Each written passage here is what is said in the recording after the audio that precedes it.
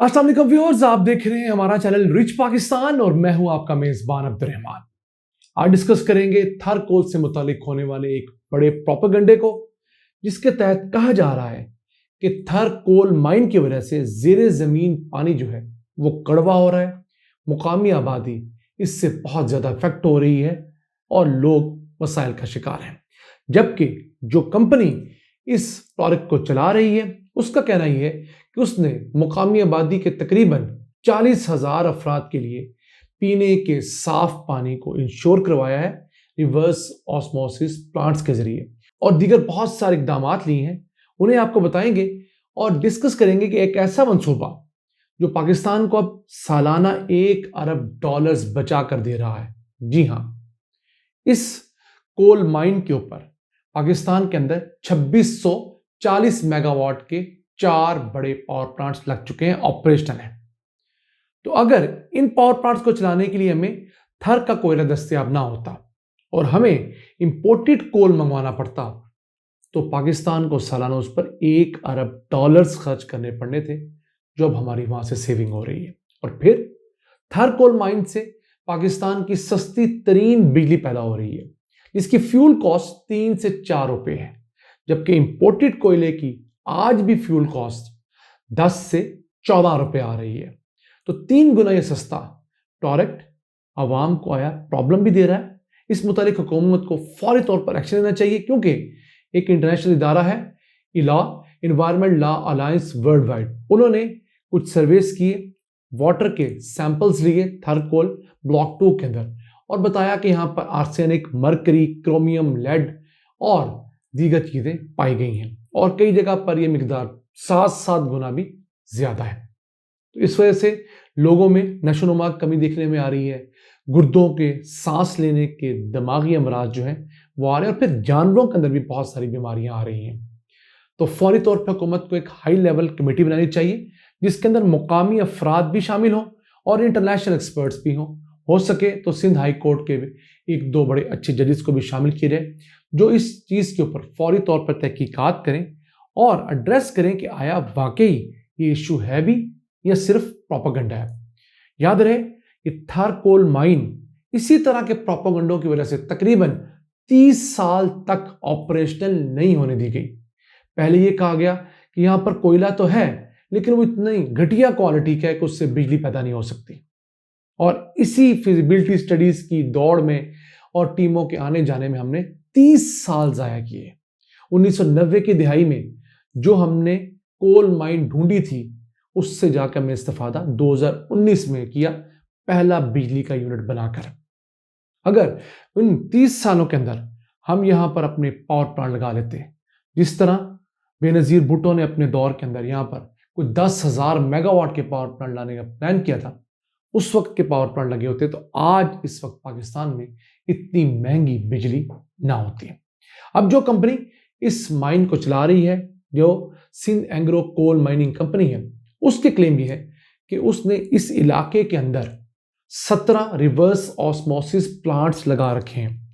ऐसे प्लांट्स जो जेरे जमीन खारे पानी को निकालते हैं, जो कुदरती है यहाँ पर सदियों से मौजूद है, उसको मीठा करते हैं, पीने काबिल बनाते हैं। उसकी वजह से 8 लाख गैलन पानी सालाना आवाम को मुहैया किया जा रहा है, और 40,000 आबादी उससे इस्तेफादा कर रही है। तकरीबन 18-19 देहात के लोग इससे डायरेक्टली फायदा उठा रहे हैं। ये क्लेम है उस कंपनी का, SCCMC और थर फाउंडेशन, जो यहाँ पर ये सारा सेटअप चला रहे हैं। फिर ये भी कहा गया है कि इस इलाके के अंदर हवा को साफ रखने के लिए 1 मिलियन दरख्त लगाए गए हैं। हमने कई दफ़ा आपको वीडियोस भी दिखाई, आप तस्वीर देख सकते हैं कि वहाँ पर बड़े खूबसूरत बागात लगे हुए हैं, दरख्त लगे हैं, छोटे छोटे जंगल लगाए गए हैं। 1 मिलियन से ज़्यादा दरख्त अब लगाए जा रहे हैं, 1 मिलियन का टारगेट अचीव कर लिया गया है। फिर मुकामी आबादी को तकरीबन 22,500 अफराद को मुख्तलिफ किस्म की ट्रेनिंग्स दी गई हैं, जिनमें से 3,000 अफराद को तो टेक्निकल ट्रेनिंग दी गई है।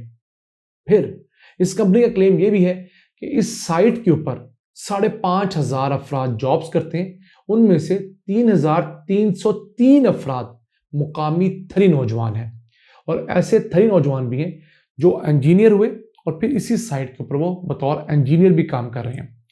तो मजमूई तौर पर 60% जो लोग इस ब्लॉक 2 के ऊपर काम कर रहे हैं थर कोल माइन के, वो थरी आबादी है।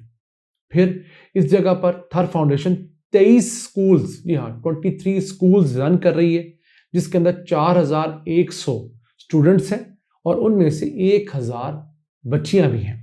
ये एक अच्छा इजाफा है कि बच्चियों को अलहदा से मेंशन किया गया ताकि पता लगे कि चले कम से कम 25% जो रेशो है वो हमारी बच्चियों की भी है, वहाँ पर तालीम बढ़ रही है। और इसके साथ साथ 70 खवातीन ऐसी हैं जिन्हें बड़े बड़े ट्रक्स चलाने के लिए ट्रेन किया गया। और अब वो जो बड़े बड़े लोडर ट्रक हैं, डंपर ट्रक हैं, जिनके अंदर माइन के नीचे से कोयला निकाल कर और बाहर तक लाया जाता है, पावर प्लांट तक पहुंचाया जाता है, वो बड़े बड़े दुनिया के सबसे दियोहैकल ट्रक्स हमारी थरी खवातीन चला रही हैं। फिर इस इलाके में 120 बेड्स का एक मारवी क्लिनिक भी बनाया गया है, जहाँ पर ओपीडी है, जहाँ पर इमरजेंसी है। चंद तस्वीर आपके लिए हम दिखा रहे हैं। और इसके साथ साथ इंडस हॉस्पिटल जो पाकिस्तान के अंदर प्राइवेट सेक्टर में सबसे बड़ा हेल्थ नेटवर्क है, उसके तावन से हेल्थ वैन की सहूलत भी यहाँ दी गई है।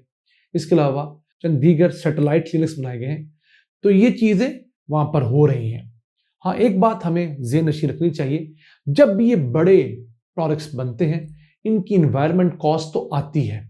अब एक मंसूबा $1 अरब की बचत दे रहा है और फ्यूचर इसमें कई अरब डॉलर्स की बचत हमें मिलनी है।